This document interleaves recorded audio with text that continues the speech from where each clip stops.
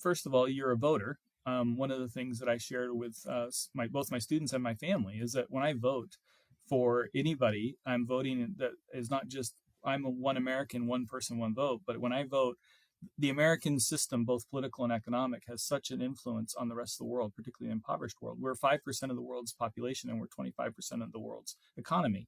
And so whatever we do impacts so many people's lives.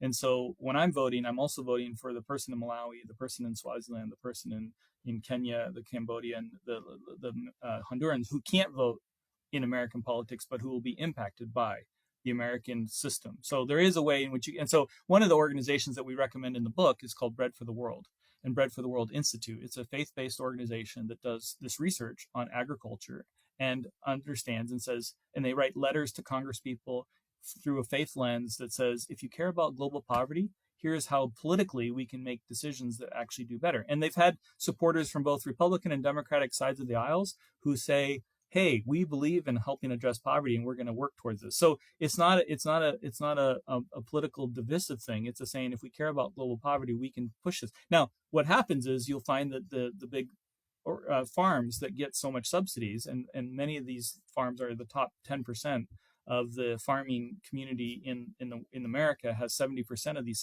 capture 70% of these subsidies.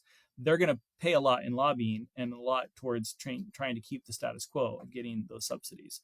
And so it's this kind of push and pull of saying, do we have the political will? And you have political power, agency as a U.S. citizen who gets to vote and has a voice, who can speak to your congressman, speak to your senator, speak to the presidential nominees. You can speak to those things. And so when the church, and can you imagine if the church, what's the size of the evangelical church in the U.S., but if the evangelical church in the U.S. spoke as one voice and said, we care about these issues, we want it to change, and we're going to vote accordingly, then boy, we could have a huge change in how I think global poverty is looked at and seen.